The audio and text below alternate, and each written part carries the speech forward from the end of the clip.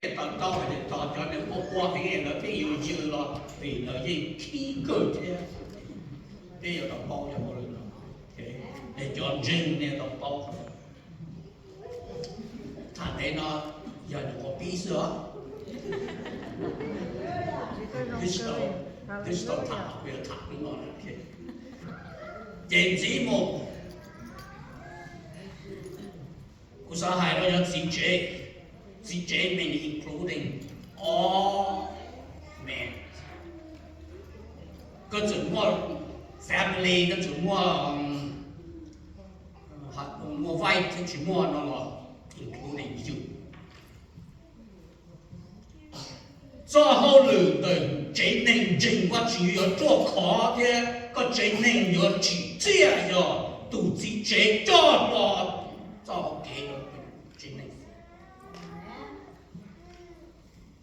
cho nó jadi cho nên chỉ cho nên phi chế tôi thì cũng nên thấu là gì phi chế chỉ tôi này cho nên chỉ tập nó đi ít chuyện này mà một hai đâu nên phi chế có chế sao chứ có một loài có xã hội của lộc này có thể lo hai chút phi chế hai mấy cho bên nó là cho all men. Hmong culture, there's no ceremony to raise or to perform for you to lead your family.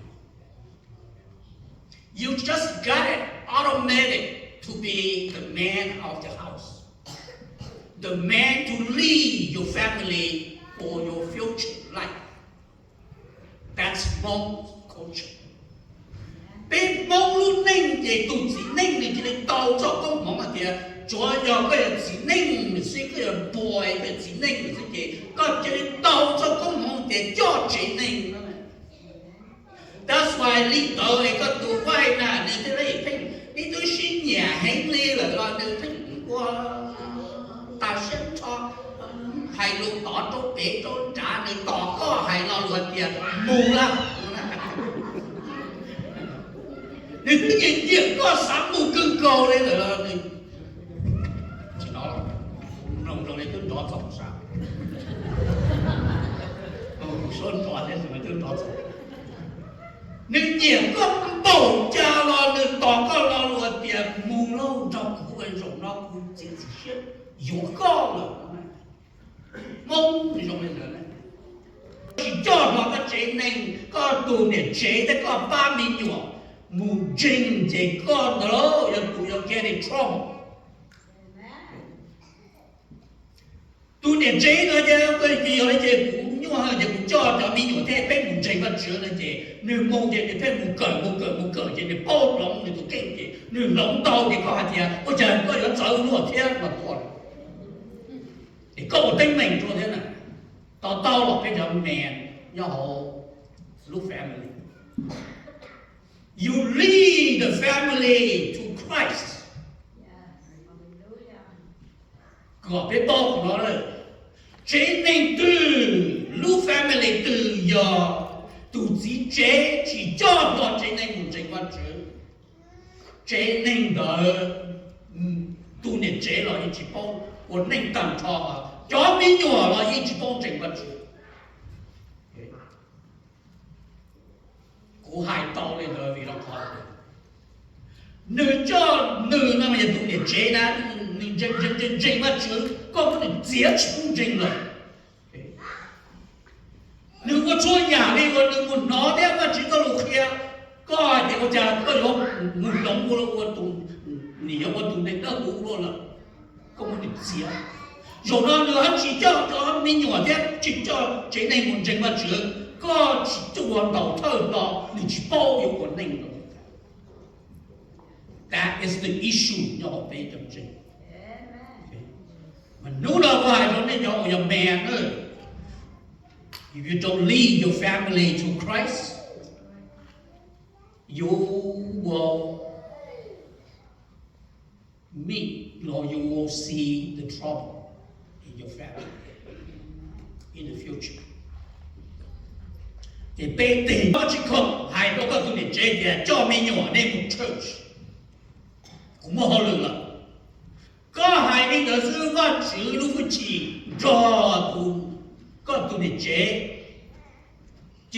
cho công ngôn đượcว่าchữ bỏ phụ có cho mấy nhỏ chế một công kiến trình một công kiến đánh hợp cũng không có chữ cho lừaว่าchữ cho lừa chế cho tụ linh từ lúc mà chơi sư hư vào tụi lâu và chế nương đùa cho mù để cho lừa đời用gà cho con chế nên là chủ yếu thâu là con này rồi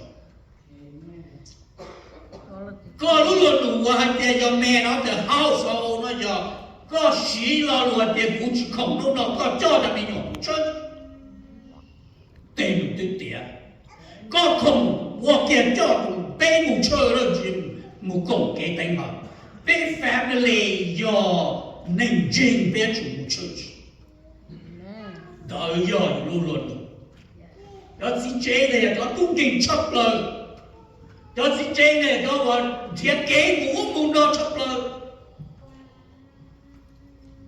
，What's wrong with you? No, no. If to your family, they obey your Christian family. Now, you don't practice what you believe. Shame on you. Nên dễ dò, tê là giờ, cái family một church này mà, là chỉ một church đấy. Cũng chỉ bỏ lại một church đấy, cũng chỉ bỏ lại đấy. Nên chỉ chế này, nó một nông chế, nên nó một tuần nà, nên nó một trò tủ nó lời đấy. Ôi, cho chị một trò hỗ trợ. Ít cho chuyện một hồ bia, ít cho chuyện một cổng là ai xin chờ. Bây giờ lên được thế này. Một cái nhận trình SCG cho member chứng quan được thế đó. Một cái trình tôi trong cái tấn tử nó phải đọc hết khó lên chứng quan đó.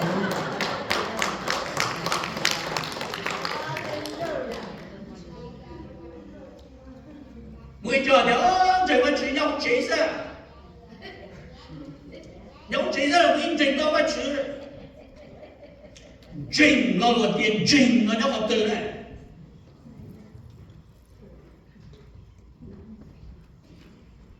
你摸见刀我去干